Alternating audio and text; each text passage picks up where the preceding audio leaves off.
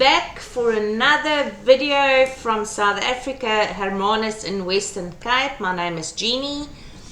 I'm the founder of Expat on Purpose, and our channel is all about bringing you real life experiences and what to expect when you're thinking of immigrating. So I'm going to ask you to please like and subscribe and share the video so that we can bring you more information and really work this thing so that you are well prepared for what's coming. All right, so today we are going to talk about budgets. We've spoken in the previous video about deal breakers. What are the things that you're expected wanting from the new country that you're moving to, and that there's always going to be pros and cons. And today we're talking mainly about your budget. Make sure that your monthly budget, I'm not going to go into a monthly budget with you because that is something that is so individual, and it is always according to what you as a family and obviously also the country that you're going to are expected to do. But please make sure that your budget is realistic, because I have interviewed more than 60 people and every single one of them have said to me what they got and what they were told was a little bit different, and it's landed them in a little bit of a pickle. Number two, the very, very important thing is your capital expenses that people don't talk about and are not completely open about. I can't list all of it, but I'm going to give you 12 expenses, budget expenses that you need to know about and prepare yourself before you actually embark on this. So the first thing, your attorney fees. Guys, it is very important that you make sure that you work with the right attorneys or right immigration company. I have, through my research now, come across a company which I'm going to obviously promote because I'm working with them at the moment, and they are called New World Immigration. New World Immigration does an assessment with you by contacting you and having an interview with you on Skype or telephonically to assess whether you are actually eligible to move abroad or whichever country you want to move to, before you pay them a single cent. Now, those are important things for us as a family, because you can be spending a lot of money and go nowhere. And we know about these things. We know it's happened in the past. I've had a discussion with Marty Kruger in Canada, and she said she's spoken to so many people that's lost a lot of money. So check in the link below if you want to do an assessment and see whether you're actually eligible to move abroad and which country you want to move to, so that you are prepared. Okay. Number two, you're always going to have government fees. Fees that are not part of the attorney's fees. If you're moving to a place like Canada and some of the other countries, there will always be a main applicant bulk or capital fee that you pay. Then for your spouse, you're going to pay a fee, a bulk fee. And then for those under the age of 19, in other words, your kids, your dependents. With that, you are going to have documentation that needs to be prepared. And there's fees to that as well. You're going to have to do a medical examination. Most countries require you to have a medical assessment before you go. Some countries might require you to have a language test. Then there's educational credential assessment paperwork that needs to be done. And obviously your police clearance, which is basically every country, and your apostilled documents. So 90% of these documents needs to be apostilled, and you're going to be working with a company to get it done. And even your police clearance, you might want to work through a company, because we're waiting so long for police clearances to be done in South Africa. I've spoken to someone that's waited as long as 8 months for those things.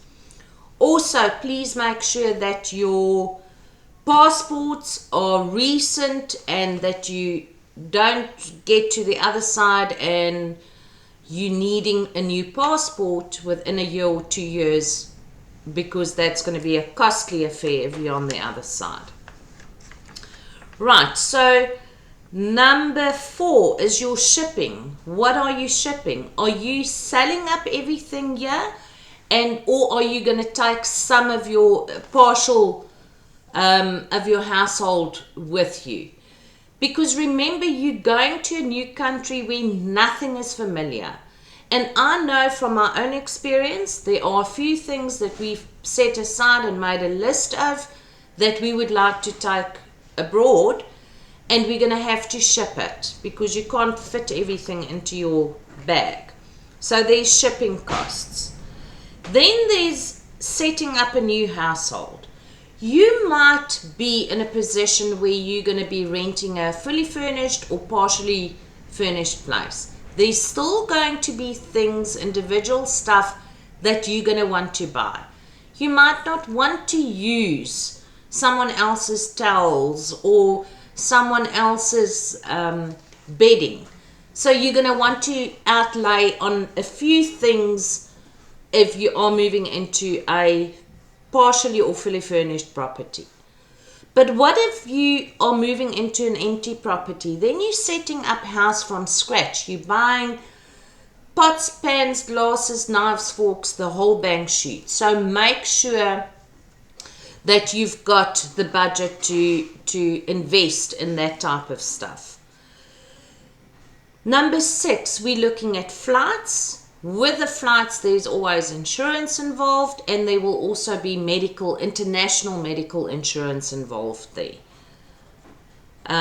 Check your prices on that and make sure you shop for the right people.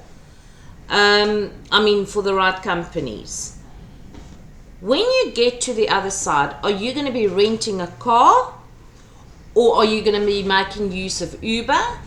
That's a budget that you've got to work into. And then also, you're going to want to, if you're in a city, maybe get a metro pass so that you can make use of their public transport. Most of the big cities have got a metro pass where you pay for a month a certain amount and you've got unlimited access. Check those prices, because I promise you, when you're abroad and you've just moved, every dollar counts. Every rand, every cent counts. Right, then we're going to talk about accommodation. Your accommodation, which is going to be your first 2 weeks before you move into your rental property or the property that you've bought. Are you going into an Airbnb? Are you making use of a company facility? There's a lot of companies that when you come over on a work visa that will facilitate that for you, but make sure that your accommodation is sorted. And obviously now during COVID, you might have to go into a facility where you've got to pay for a hotel, a COVID hotel, for the first 10 or 14 days. So make sure you've got that waxed.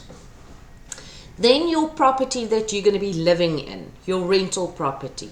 Because you're moving abroad from South Africa, and most of the countries do not acknowledge your credit score from South Africa, you might have to pay a much bigger deposit. All right, so that deposit can be anything from 3 to 6 months upfront deposit that you've got to pay.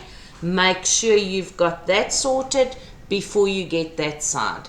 All right, I've spoken to 1 or 2 people that said they got a rental property, they signed the contract, and when they got there, the owner actually wanted them to pay a 2 or 3 month deposit, and they only had a month deposit saved up.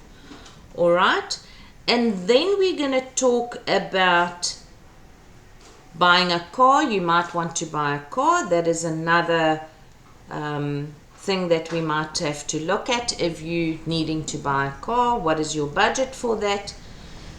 And something that I haven't touched on but spoken or not spoken about is schools is a very easy place where your money just disappears because it's stationery here that you didn't bargain for, a trip away, a field trip, this, that. Make sure whatever school your child is going to, that you have got a specific fund set aside for any extras with regards to the schooling. And then, as per always, make sure you've got a contingency fee or contingency fund, because we have spoken to so many people that have said, don't know what it is, if it's the altitude, change of weather, when you get there, you get sick. You've got runny noses and you've got flu, so please, that's happened to me a few times, and make sure that you are prepared for the unforeseen. Alright guys, don't let the capital budget hamper you, but please make sure that you've got it waxed, because the capital budget and the budget overseas, the money issues, are 99% of the reasons why people come back. You don't want to go through all of this, buy all this money, and then having to come back 6 months down the line because you have not prepared yourself properly. Alright, I don't want to scare you, but that's how it works.